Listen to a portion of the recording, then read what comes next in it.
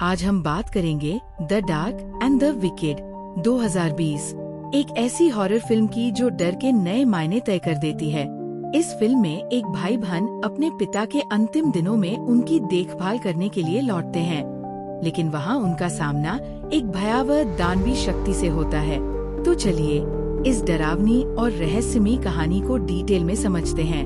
तो फिल्म शुरू होती है और हम एक बूढ़ी औरत को देखते हैं जो अपने बीमार हस्बैंड के साथ बिल्कुल अकेली रहे। उसके हस्बैंड की हालत बहुत खराब थी और उसे अकेले ही उनकी देखभाल करनी पड़ती है। एक दिन बूढ़ी औरत जब अपने कमरे में बैठकर सिलाई का काम कर रही थी तो अचानक उसे रूम से कोई आवाज आती, इसलिए वो अपने हस्बैंड के पास आकर उन्हें देखने लगी। अचानक उसे बाहर से भेड़िए के गुर्राने की आवाज आई, जिससे वो बुरी तरह डर कर सहम जाती है। तभी हम देखते हैं कि उनकी सारी भेड़ें भी किसी चीज को देखकर डर जाती हैं और शोर मचाते हुए इधर उधर भागने लगती हैं। और वो थी एक डरावनी बुरी आत्मा जो उनके फार्म में घुस गई थी। अब बूढ़ी औरत जब किचन में काम कर रही थी तो उसके पीछे रखी कुर्सी अचानक से हिलकर और पीछे हट जाती है, जिससे वो समझ गई कि आत्मा मेरे आसपास ही है। अगले दिन बूढ़ी औरत का बेटा और बेटी, जिसका नाम लुइस था, वो अपने मॉम डैड को देखने के लिए घर आते। अब ये दोनों बहन भाई जिस तरह से अपनी माँ से बात कर रही थी वो देखने से साफ लग रहा था जैसे दोनों बच्चों की अपनी माँ से नहीं बनती और उनके बीच कोई अंडरस्टैंडिंग नहीं है। वो बूढ़ी औरत अपने दोनों बच्चों को घर से चले जाने को कहती है, मगर ये नहीं बताती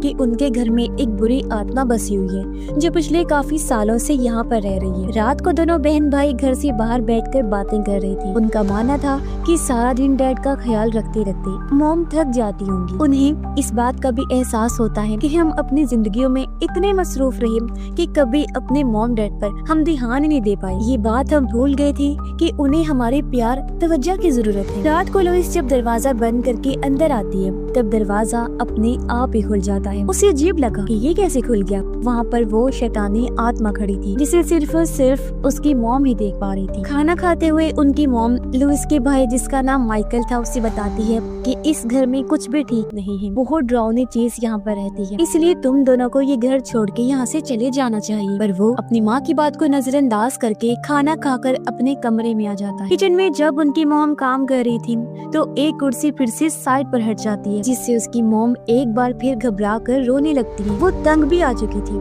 इसलिए हाथ में पकड़े चाकू से वो अपनी उंगलियां ही काटने लगी। अगली सुबह जब लुइस और माइकल फार्म में गए तो ये देखकर दंग रह जाते हैं कि उनकी माँ ने अपनी जान ले ली है। दोनों बहुत दुखी हो जाते हैं। उन्होंने अपनी माँ की लाश को वहाँ से उतारा, जिसे पुलिस लेने आ जाती है और दोनों बहन भाई गहरे सदमे में चले जाते हैं और वो अपने डैड के पास जाकर चुपचाप बैठे रहते हैं। इसी बीच हम इनकी पड़ोसी को देखते हैं, जिन्हें भी उनकी माँ की ऐसी दर्दनाक मौत का बहुत अफसोस हो रहा था, क्योंकि उनकी मॉम और वो पड़ोसी अच्छे दोस्त हुआ करते थे। इनके घर में अब एक नर्स आती है जो उनके डैड की देखभाल करती थी। वो दोनों को बताती है कि आप लोगों की मॉम अकेले में बड़बड़ाती रहती थी, ऐसा लगता था जैसे किसी से बात कर रही। ये सुनकर लुइस सोचती है कि न जाने कितना मुश्किल टाइम गुजर रहा होगा हमारी मॉम डैड पर। उसे पछतावा होता है कि उस टाइम पर हमने उन्हें अकेला छोड़ा। अब इसी पछतावे की वजह से वो अपने डैड की देखभाल करने की जिम्मेदारी ले लेती है। वो फिर अपनी मॉम के उस कमरे में गई जहाँ वो सिलाई करती थी। लुइस देखती है कि वो उसकी शादी के लिए गाउन बना रही थी। ये देख उसे और दुख हुआ। लुइस जब नहा रही थी तो उसे बाथरूम में किसी के कदमों की आवाज सुनाई देती है। वो आवाज लगाकर पूछती है, माइकल क्या तुम हो यहाँ? मगर आगे से कोई जवाब नहीं आता। इसलिए अब जब लुइस पर्दा हटाकर देखती है तो अपने डैड को वहाँ खड़ा हुआ पाती है, जो बहुत अजीब हालत में थे,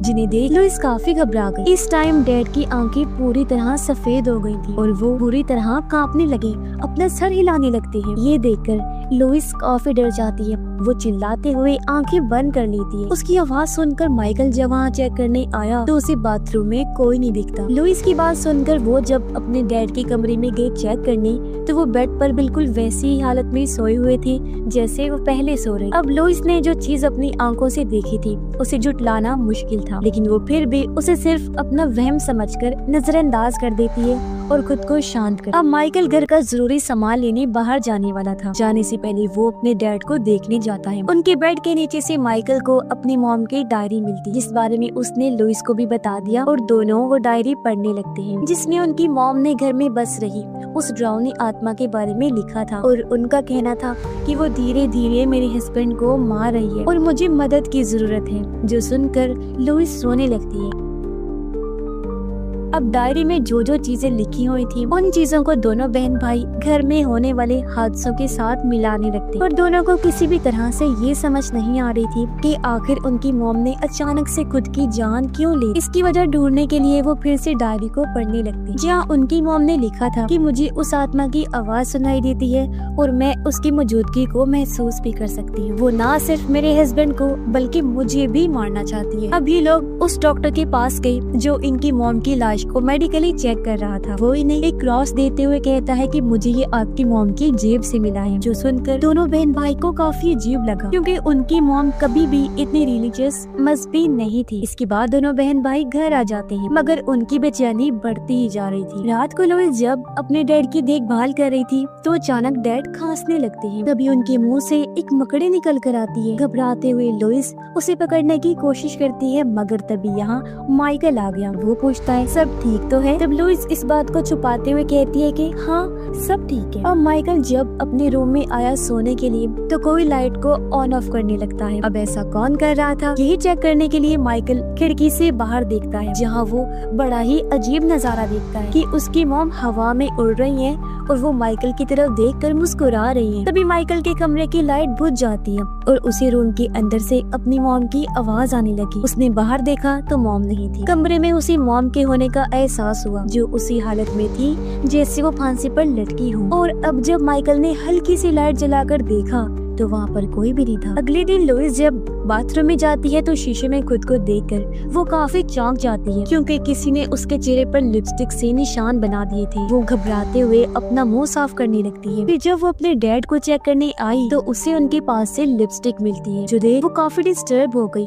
उसे कुछ भी समझ नहीं आ रही थी कि क्या हो रहा है। इसी बीच घर के फोन पर किसी की कॉल आई। लुइस ने जब फोन उठाया तो वो एक रिकॉर्डिंग को सुनती है जिसमें बताया जा रहा था कि घर के टेलीफोन लाइंस काट दी जाएंगी। ये सुनकर जब उसने फोन रखा तो एक और कॉल आती है। इस बार जब लुइस ने कॉल उठाई तो मॉम की आवाज सुनती है, जो उन्हें इस घर को छोड़ जाने का कहती है। माइकल जब वापस आया तो वो घर के बाहर चर्च के फादर को देखता है, जो लुइस और माइकल के बारे में पहले से ही जानती थी। वो उन दोनों को बताते हैं कि तुम्हारी मॉम अक्सर मुझसे मिलने आया करती थी, जिस वजह से ही मैं तुम लोगों को जानता हूँ। वो उन्हें अपना नंबर देते हुए ये कहते हैं कि अगर किसी मदद की जरूरत हो तो मुझसे राब्ता कर लेना। पर ये सुनकर दोनों को लगता है कि शायद उस शैतानी आत्मा से जुड़ी हुई बातें फादर ने ही मॉम के दिमाग में डाली हो, इसलिए माइकल उन्हें घर से जाने को कहता है। उनके जाने के बाद माइकल अपनी वाइफ और बच्चों को कॉल करके कहता है कि मैं तुम्हें बहुत याद कर रहा हूँ और तुम्हारे पास आना चाहता हूँ। अब लुइस जब फार्म में जाकर अपनी मॉम की डायरी पढ़ती है तो उसे कांच टूटने की आवाज आती है। लुइस को लगा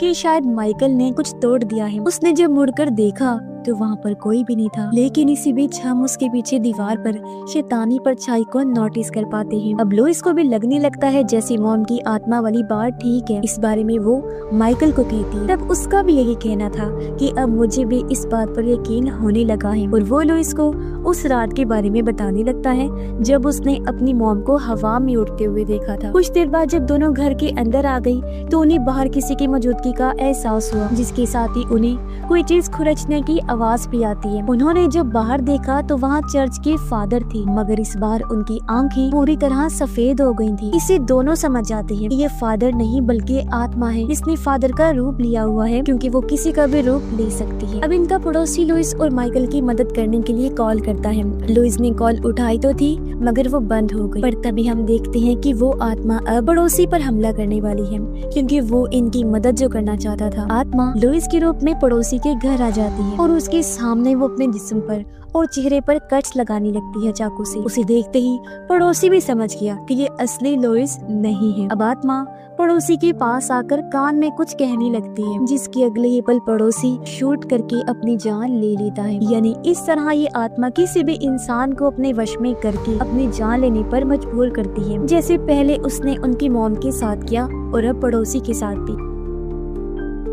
अगली सुबह दोनों बहन भाई घर से बाहर आते हैं फादर के पैरों के निशान देखने, ताकि उन्हें पता चल सके कि क्या वो कल रात आई थी या फिर जो हम आत्मा वाली बात सोच रहे हैं वो सच है। तो इन लोगों को वहाँ पर कुछ भी नहीं मिलता। अब घर के इन हालात की वजह से दोनों अपने डैड को हॉस्पिटल भेजने का फैसला करते हैं। लुइस अपनी मॉम के बारे में जानने के लिए फादर को कॉल करती है, तो फादर पूछते हैं कि तुमने मेरा नंबर कहाँ से लिया। लुइस कहती है आपने ही तो दिया था खुद हमारे घर आकर, और कहा था कि आप हमारी मॉम को जानते हैं और वो आपसे मिलने आया करती थी। ये सुन फादर हैरान रह गया। वो कहता है मैं तो कभी आपकी मॉम से नहीं मिला और मैं तो दूसरे मुल्क में रहता हूँ, मैं आप लोगों में से किसी को नहीं जानता। साथ ही फादर उसे ये भी बताते हैं कि मेरी भी लुइस नाम की एक बेटी थी जिसने अपनी जान ले ली थी। इत्तेफाक की बात ये है कि उसकी आवाज तुमसे काफी मिलती जुलती है। ये सुनकर वो काफी घबरा गई, जल्दी से फोन रख देती है क्योंकि सारी बात सुनकर उसका सर चकरा गया था। खैर अब दोनों अपने फादर को हॉस्पिटल भेजने के लिए एक डॉक्टर से मशवरा करते हैं। डैड की हालत देखकर डॉक्टर कहते हैं कि वो बहुत कमजोर हैं,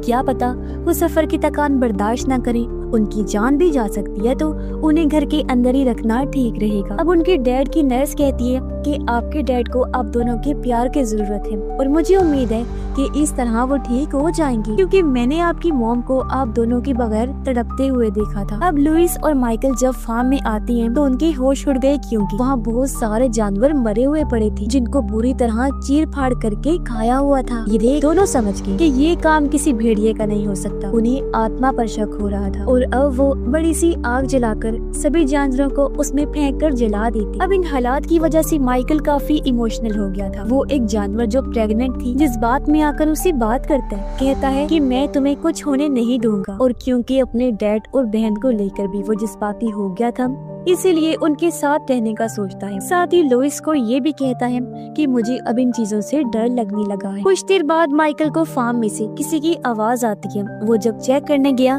तो शैतानी आत्मा उसकी माँ का रूप लेकर वहाँ आ जाती है। वो माइकल के कान में कुछ बोलने लग गई, जिससे वो भी पड़ोसी और अपनी माँ की तरह चाकू से अपनी जान लेने वाला था, पर तभी वो अपनी ताकत से खुद को रोक लेता है। रात को जब लुइस अपने डैड के साथ सो रही थी तो उसे एक बुरा सपना आता है जिसमें वो डरावनी आत्मा को अपने आसपास ही महसूस करती है, जो अचानक उसे डरा देती है। और अब जब जाकर उसने अपने साथ चेक किया तो उसके डैड वहाँ नहीं थे, बल्कि वो तो छत से चिपके हुए, जिससे वो काफी घबरा गई और अब चीखते हुए उसकी आंख खुल जाती है, यानी ये भी उसका बुरा सपना था। सुबह जब हुई तो माइकल उसे कहीं दिखाई नहीं देता। वो उसे हर जगह ढूंढने लगा। असल में वो अपनी जान बचाने के लिए अपने डैड और बहन को छोड़कर भाग गया था। और अब इस बारे में जानकर लुइस को काफी बुरा लगता है। तभी लुइस से मिलने पड़ोसी की पोती आती है। वो लुइस को उसकी मौत के बारे में बताकर कहती है कि तुम्हारे डैड गल सड़ रहे हैं। ये सुनकर लुइस समझ जाती है कि ये असली पड़ोसी की पोती नहीं है, बल्कि इस बार भी आत्मा रूप बदलकर उसके पास आई है और वो लुइस को परेशान करने लगी। उसे नजरअंदाज करके लुइस माइकल को फोन करती है। जिस बीच यहाँ डैड की नर्स भी आ। दोनों बहन भाई की बहस चल रही थी कि तभी नर्स एक नोकदार चीज अपने गाल में घुसाने लगी। ये देख लुइस घबरा गई। वो उसे रोकने जाती है, लेकिन नर्स ने उसे बेहोश कर दिया था और अब वो अपनी नाक और जिस्म के अलग अलग हिस्सों में औजार घुसाकर बेरहमी से अपनी जान ले लेती है। उधर माइकल जब अपनी वाइफ और बच्चों के पास आया तो ये देख वो पूरी तरह टूट जाता है कि उसकी फैमिली के सभी लोग मारे गए हैं। तो अब दुखी होते हुए माइकल गर्दन काट कर अपनी जान भी ले लेता है, लेकिन मरते हुए उसने देखा कि उसकी फैमिली तो जिंदा है और ये सब उस आत्मा की साजिश है कि माइकल की भी जान चली जाए। लुइस जब अपने डैड के पास थी तो डैड को जोर से खांसी आने लगती है। इसी बीच उसे घर से माइकल की आवाज आती है, साथ साथ उसके डैड की भी तबीयत खराब हो रही। लुइस काफी घबरा गई, डैड को बचाने की कोशिश करती है, मगर वो जोर से खांसते हुए अपना दम तोड़ देते हैं। इसी दुखी होकर लुइस जब रो रही थी तो उसे घर में से अपनी मॉम की आवाज आती है। उन्हें देखने के लिए जब उसने पीछे मुड़कर देखा तो वो आत्मा डैड के अंदर से निकलकर लुइस को भी मार देती है, यानी ये पूरी फैमिली ही मौत के घाट उतर चुकी। तो इसके पीछे की वजह ये थी कि